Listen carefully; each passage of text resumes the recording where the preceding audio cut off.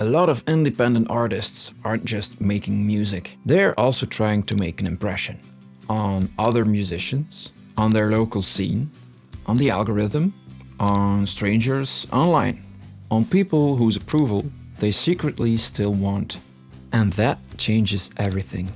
Because the moment your work becomes a performance for other people's validation, you stop creating from direction. And you start creating from tension.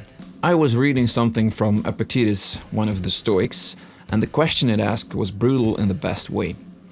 Why do you keep trying to impress these people? And I think that question cuts right through one of the biggest hidden problems that independent artists face. Not lack of talent, not lack of ideas, not even lack of discipline, but the slow habit of building your work around being seen a certain way. And that habit kills momentum. Not dramatically, not all at once, slowly, quietly, one adjusted decision at a time. And by the time you notice it, you're already making music for an imagined audience instead of making it for yourself. That's what I want to talk about today. What happens when artists stop creating from the inside out and start shaping everything around approval. You're probably thinking, Nikki, do you know what you're talking about? Well, I've spent almost 10 years working in youth welfare and education with people who don't fit the system. And I've seen what happens when a system keeps pushing you to adapt instead of trying to understand you and adapt to your needs. At the same time, I've been a musician for over 20 years. So when I talk about artists struggling in this industry, I'm not guessing. I've seen it from both sides. Before I go deeper, I made a free reflection exercise that goes directly with what I'm about to share. It's built around the exact questions this episode raises. It's short, it's practical, it's free. Link is in the description. Grab it now, come back to it after this. Alright, there's a pattern I keep noticing. An artist starts out with something real. There's curiosity, there's hunger, there's instinct. There's this weird specific little spark that doesn't fully make sense yet, but it's theirs. They make music because they have to, because they're drawn towards something, because there's a feeling they want to catch and they haven't quite caught it yet. And that energy is alive. You can feel it in early work sometimes, that rawness, that directness. It doesn't have everything figured out, but it has something real underneath it. But then slowly, often without the artist even realizing it, another voice enters the room. Not their own voice, the imagined voice of other people. What will they think of this? Will this sound serious enough? Will other artists respect this? Will this make me look amateur? Will people think I'm trying too hard? Will they think I'm not trying hard enough? And from that point on, the work starts to shift. The song is no longer just a song. Now it's also a test. The post is no longer just communication, now it's also positioning. The visual is no longer just expression, now it's also social proof. And eventually the artist isn't only making things, they're managing perception. And that is exhausting, because you're no longer just creating. You are monitoring, you're anticipating, you're adjusting, you're filtering every single creative decision through other people's imagined reactions. And from the outside, it can still look ambitious. It can still look productive. But on the inside, it feels heavy. It feels like you're always one step removed from what you actually wanted to make. Like there's a glass wall between you and your own work. This is where the real damage happens. Because seeking approval doesn't just affect what you release, it affects how you think. It affects your creative nervous system. It makes you hesitant. It makes you second-guess instincts that were actually right. It makes simple creative decisions feel loaded with social weight they were never meant to carry. You stop asking, is this true? And you start asking, will this land well?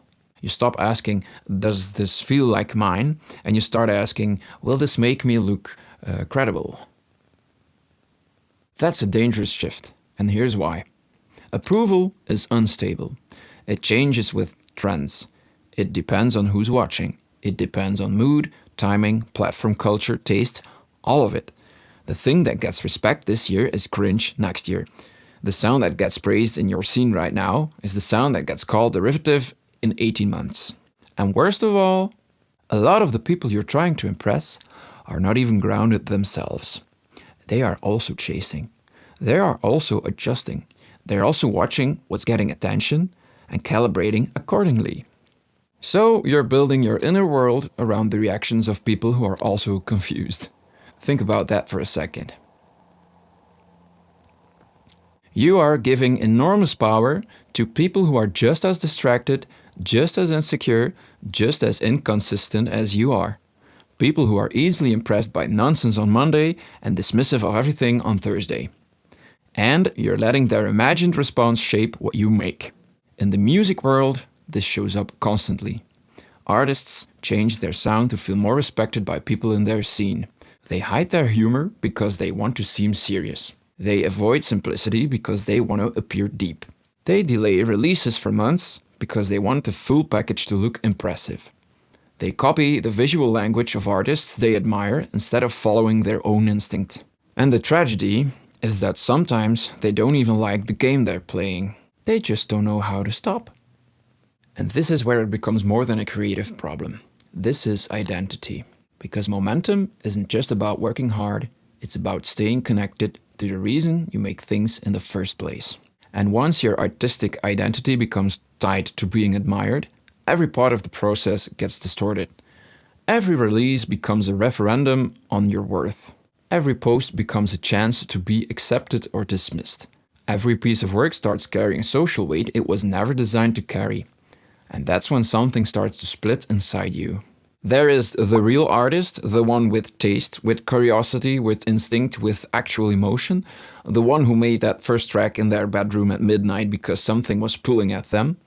And then there's the performing artist self, the one trying to appear coherent, interesting, credible, advanced, important, the one who calculates before creating.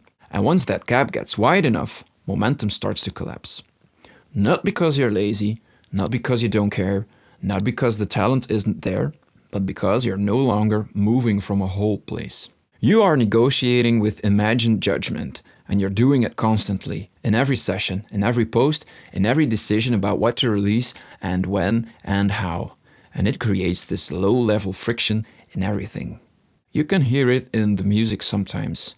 You can feel it in the content. You can sense it in the hesitation, the over-polishing, the delayed releases, the slightly safe choices that protect you from criticism, but also strip the thing of what made it interesting in the first place.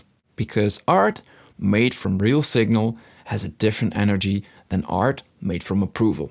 One feels alive, the other feels managed.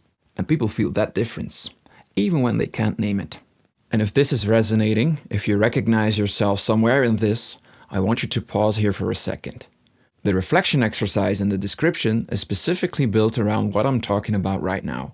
It walks you through some direct questions that help you figure out where you're creating from signal and where you're creating from approval. It takes about 50 minutes, it's free, and it might show you something you haven't been willing to look at yet. The link is in the description. So what do you actually do with all of this? Because I'm not going to tell you to just stop caring what people think. That's not realistic. That's not even desirable. Caring about your audience, caring about craft, caring about how things land, that's part of being a serious artist. The problem isn't caring. The problem is when approval becomes the center. Because once approval becomes the center, your work starts orbiting other people's reactions instead of your own direction. And direction matters more. Direction is what sustains you across years. Direction is what holds you together when a release lands quietly, when the scene isn't responding, when the metrics don't move. Approval can hold you through that. Approval is too unreliable, too external, too dependent on things completely outside your control. Here's the principle I keep coming back to. The more you need to impress people, the less clearly you can hear yourself. And when you can't hear yourself, you can't build with consistency. You keep pivoting toward whatever seems to be getting respect right now. You keep adjusting the work toward an imagined audience that never stays still. You keep moving, but you never actually arrive anywhere. I've seen artists, genuinely talented artists, spend 5-6 years in complete circles because they were building outward. Always toward the audience, always toward the scene, always toward the metric, never inward, never toward their own clarity, never toward the thing that was actually theirs to make.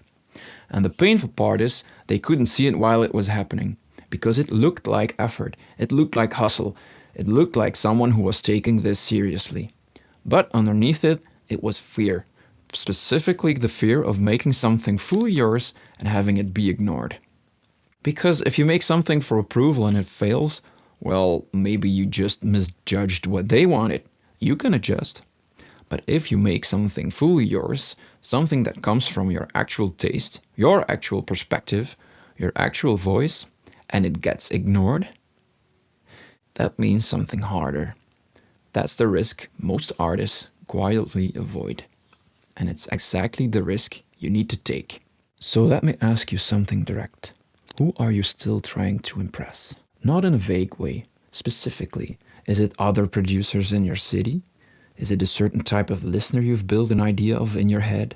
Is it someone from your past who never took this seriously? Is it the version of success you saw someone else have and decided that that was the benchmark? Because whoever it is, they're in the room with you when you create, and they are costing you something. They are costing you speed, they are costing you honesty, they are costing you the kind of instinctive, slightly irrational creative decisions that actually make work interesting. And here's what I really believe. A small but real body of work, made from clarity, made from something genuinely yours, will take you further than years of strategic self-consciousness.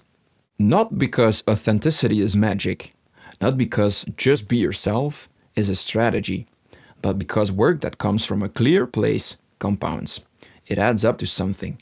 It becomes a catalog that holds together, that tells a story, that gives people a reason to follow your journey instead of just occasionally consuming a release.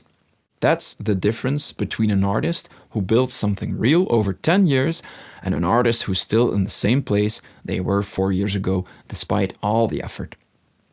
One is building from the inside out, and the other is still waiting for the outside to tell them who they are. So the question I want to leave you with, not how do I make them respect me, but what would I make if I no longer needed to impress anyone?